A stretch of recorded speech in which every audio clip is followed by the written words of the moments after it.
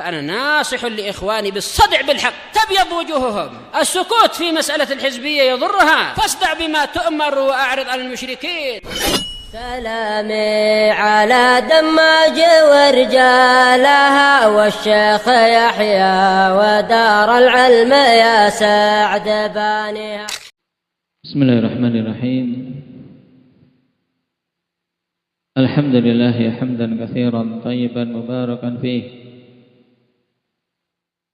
كما يحب ربنا ويرضاه. أشهد أن لا إله إلا الله وحده لا شريك له وأشهد أن محمدا عبده ورسوله صلى الله عليه وعلى آله وأصحابه ومن تبعهم بإحسان إلى يوم الدين. Amma ba'd. Kita telah mengambil adillatul bab yang dibawakan di sini ayat dan hadis tentang sebab turunnya.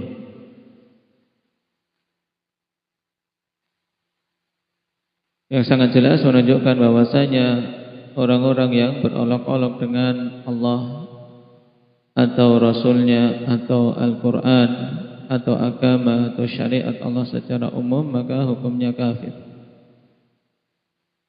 Tidak diberi udzur walaupun dia hanya sekedar bercanda dan bersenda gurau. Dan dalam permasalahan ini dikecualikan mereka-mereka yang dalam kondisi mukrah, kondisi terpaksa, dalam keadaan hati mereka tetap menjaga keimanan, sebagaimana dalam pengecualian illa man ukriha wa qalbuhu mutmainnun bil iman. Tentunya dengan terpenuhinya syarat-syarat ikrah, itu baru bisa keluar dari hukum umum dalam pembahasan ini. Dan terkait orang-orang yang mencela, mencaci maki Allah ataupun Rasulnya, mengolok-olok Allah ataupun Rasulnya, ketika dia bertobat apakah diterima taubatnya? Terjadi khilaf di kalangan para ulama. Yang pertama mengatakan la tuqbalu taubatuh. Yang pertama, taubatnya tidak diterima, bahkan tetap dia dihukum bunuh sebagai seorang kafir dan tidak disolati. Ini merupakan pendapat yang masyhur di kalangan Hanabilah. Adapun pendapat yang kedua, jika memang dia bertobat dari dosa tersebut, maka diterima taubatnya terkait hak dia dengan Allah Subhanahu wa taala. Baik, hanya saja dibedakan tentang hukum di dunia, apakah dibunuh atau tidak. Jika dosanya itu berupa celaan atau cacian atau olok-olokan terhadap Allah, maka tidak dibunuh. Tapi kalau dia dosanya terkait olok-olokan dan cacian terhadap Rasulullah sallallahu alaihi wasallam, maka orang yang mencaci ini tetap dihukum bunuh, dihukum mati. Dan ini merupakan pendapat yang dirajikan oleh Syekhul Islam Ibnu Taimiyah dan Syekh Ibnu Utsaimin rahimahullah. Kenapa dibedakan apa? Yang mencaci Allah malah tidak dihukum bunuh ketika dia bertobat, sedangkan yang mencaci Rasulullah, mencela atau mengolok-olok Rasulullah tetap dihukum mati walaupun sudah bertobat. Bukan karena di sini hak Allah Subhanahu wa taala disepelekan, tidak. Juga bukan maksudnya bahwasanya hak Allah di bawah hak Rasulullah, tidak. Akan tapi dikarenakan Allah Subhanahu wa taala telah mengkhabarkan bahwasanya Allah memaafkan, mengampuni terkait dengan haknya bagi siapa saja yang mau memohon pengampunan dan mau bertobat. Allah telah menjanjikan dalam banyak ayat pemberian pengampunan bagi orang-orang yang mau bertobat. Sedangkan terkait hak Rasulullah, maka tidak ada kabar bahwasanya Rasulullah SAW menggugurkan haknya setelah wafatnya beliau ketika ada orang yang mencaci, mencela atau mengolok-olok. Makanya tetap walaupun dia bertobat, tobatnya itu terkait antara dia dengan Allah. Tapi terkait cacian dia dan olok-olokan dia terhadap Rasulullah yang kaitannya dengan hak Rasulullah, maka tetap dia dihukum mati. Tetap dihukum apa? Qadir, dihukum mati. Baik, kenapa? Karena kita tidak mendapatkan kabar bahwasanya Nabi memaafkan bagi orang-orang yang seperti itu setelah wafatnya. Maka berarti kembali ke hukum had qatl atas orang-orang yang mengolok-olok Rasulullah sallallahu alaihi wasallam. Dan Syekhul Islam telah memberikan perincian hal ini yang sangat bagus dan penjelasan yang panjang lebar ikhwan dalam kitab beliau As-Sarimul Maslul. Kitab ini merupakan rujukan terkait pembahasan orang yang mencaci, mengolok-olok atau mencela Rasul sallallahu alaihi wasallam. Sehingga perincian hukum ini diingat ikhwan. Tentang hukum apakah diterima taubat orang yang mengolok-olok Allah dan Rasulnya. Yang rajih apa? Diterima taubatnya. Cuman di dunia apakah dihukum mati atau tidak? Maka kalau itu terkait olok-olokan kepada Allah, tidak dihukum mati jika betul-betul bertobat. Kalau kaitannya dengan hak Rasulullah, maka itu tetap dihukum mati walaupun sudah bertobat. Kenapa? Karena kita tidak mendapatkan kabar dari Nabi bahwasanya beliau menggugurkan haknya setelah wafatnya beliau sallallahu alaihi wasallam. Baik. Ini diperhatikan. Kemudian kita masuk pada masail. Qala Syekh Muhammad bin Abdul Wahhab An-Najri rahimahullah, al-ula wa hiya al-'azimah anna man hazala bihadza kafirun. Permasalahan besar. Dan memang ini permasalahan besar. Tidak ringan. Yang dari masa ke masa akan semakin diremehkan. Nah, olok-olokan terkait perkara agama, terkait hukum Allah, semakin diremehkan.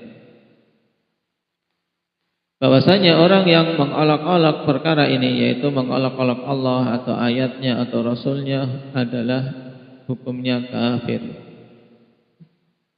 Dan telah kita rinci tadi, apabila dia bertobat, bagaimana? Maka yang rajih diterima taubatnya jika memang betul-betul bertobat dengan taubatun shadiq, taubat yang benar.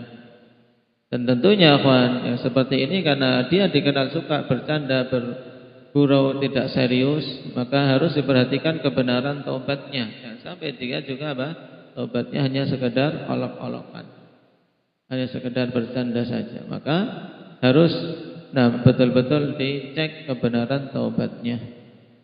Diperhatikan bagaimana yang dilakukan setelah itu, apakah betul-betul menunjukkan penyesalan dan seterusnya.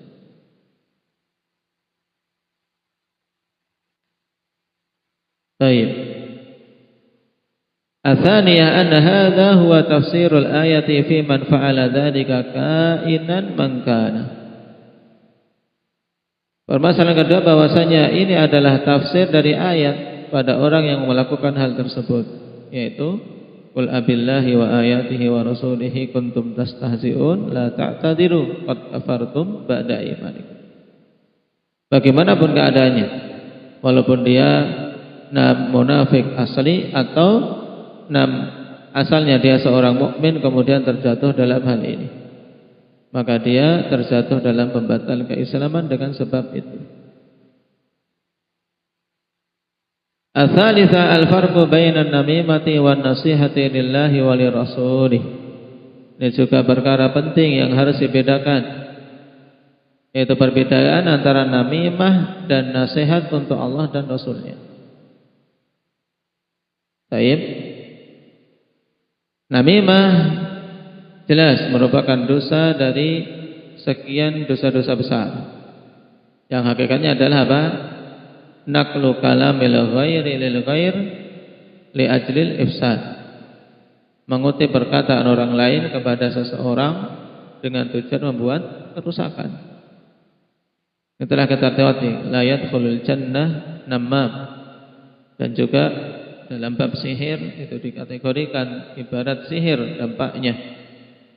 Bahkan bisa membuat kerusakan yang lebih parah daripada kerusakan yang dilakukan oleh sihir. Nah, dia mengutip, mencuplik suatu perkataan dengan tujuan apa? Kalau namimah adalah untuk membuat kerusakan. Sedangkan nasihat lillahi wa li rasulih, dia mengutip suatu perkataan ya demi apa? Demi tercapainya perbaikan, seperti yang dilakukan oleh siapa dalam hadis? Dilakukan oleh siapa Ibu Ruar? Dalam hadis tersebut yang melaporkan perkataan orang yang mengolok-olok para qurra tersebut,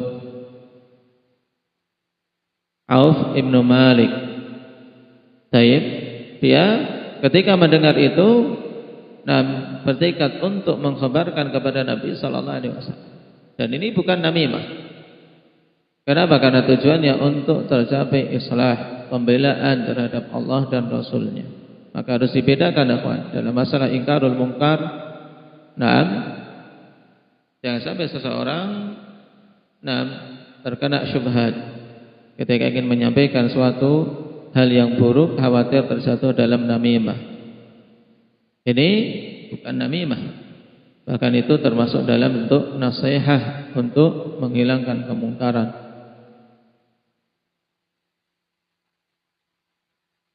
Ar-rabi'ah al-farqu bainal 'afwi alladhi yuhibbuhu Allah wa bainal ghildati 'ala a'da'illah. Ini juga pembahasan penting untuk seorang bisa membedakan. Perbedaan antara pemaafan yang Allah Subhanahu wa taala cintai. Faman 'afa wa aslaha fa ajruhu 'ala Allah. Fa'fu 'anhum wasfah. Saya perintah untuk memberikan pemaafan. Harus diketahui perbedaan antara pemaafan yang Allah cintai dengan apa? Ghildah ala a'da'illah, dengan bersikap keras terhadap musuh-musuh Allah Subhanahu wa taala. Pemaafan yang dicintai oleh Allah itu pemaafan yang bagaimana, kawan? Ditegaskan oleh Syekh Ibnu Utsaimin, ini faedah bagus ketika seorang mau memberi maaf. Jadi tidak semua pemberian maaf itu dipuji. Tapi pemaafan yang dipuji yaitu huwal ladzi fihi islah. Kata beliau rahimahullah, al-'afwu alladzi yuhibbuhu Allah huwal ladzi fihi islah. Pemaafan yang Allah Subhanahu wa taala cintai yaitu pemaafan yang padanya islah, perbaikan. Tapi sekedar seorang minta maaf tidak ada perbaikan, tapi malah dijadikan sebagai celah untuk mengulangi perbuatan, maka ini tidak layak diberi pemaafan. Kenapa? Karena Allah Subhanahu wa taala syaratkan dalam ayat di surat Asy-Syura, "Faman 'afa wa aslaha fa ajruhu 'ala Allah." Baik. Siapa saja yang memberikan pemaafan dan terkandung padanya perbaikan. Baik. Adanya perbaikan dengan diberinya pemaafan tersebut.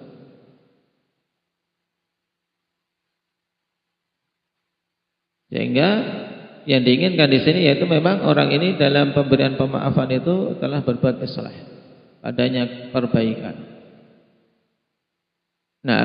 Maka itu yang dipuji. Sehingga siapa saja yang pemaafannya terkandung padanya ifsad, terkandung padanya mafsadah atau kerusakan, maka tidak dipuji pemaafannya. Nah, seperti misalnya memaafkan orang-orang ikhwan yang berbuat jahat, berbuat kotor, berbuat bejat. Demikian pula seperti dalam masalah ini yang berolok-olok terkait dengan hak Allah Subhanahu wa taala dan Rasulnya. Baik. Makanya Nabi sallallahu alaihi wasallam tidak memberi maaf kepada orang tersebut, bahkan dengan keras mensikapinya. Bahkan tidak menoleh, tidak memperdulikan walaupun laki-laki itu tersandung-sandung batu. Sehingga di sini pentingnya untuk seorang bisa menerapkan mana yang harus dilakukan antara al-afwu atau al-ghilzah. Baik.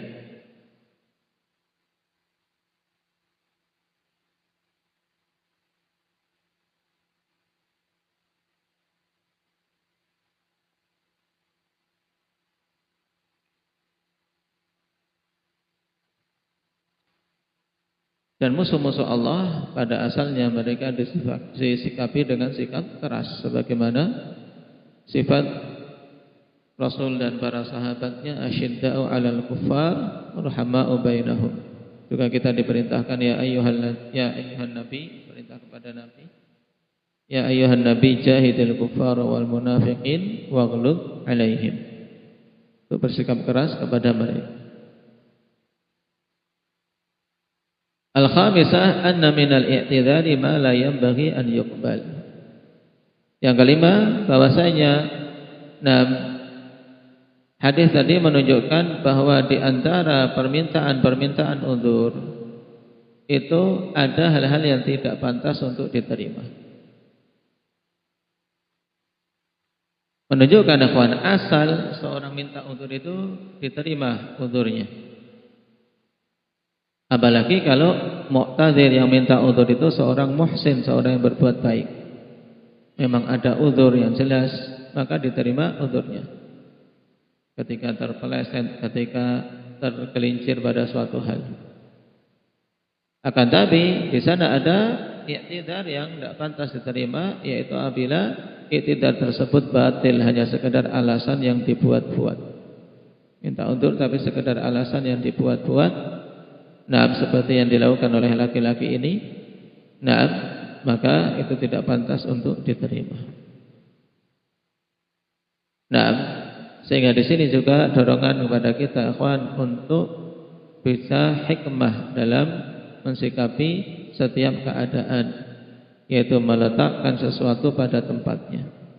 Bisa meletakkan pemaafan pada tempatnya, bisa menempatkan keras pada tempatnya. Bisa menempatkan pemberian uzur dan bisa menolak untuk memberikan uzur pada tempatnya yang tepat. Dan itu butuh ilmu. Karena manusia dalam hal ini biasa lebih dominan hawa nafsu. Baik itu karena perasaannya atau karena kebencian dan kejengkelannya. Sehingga akhirnya apa? Tidak tepat ketika menolak dan tidak tepat ketika menerima. Nasallallahu al-afiyata wassalam. Berarti dengan ini kita selesai dari bab man hazala bi syai'in fihi dzikrullah awil Quran awil Rasul. Yang intinya terkait masalah apa? Olok-olok terhadap agama Allah Subhanahu wa taala maupun kepada Allah dan Rasulnya secara khusus. Naktafi bihadza walhamdulillahi rabbil alamin.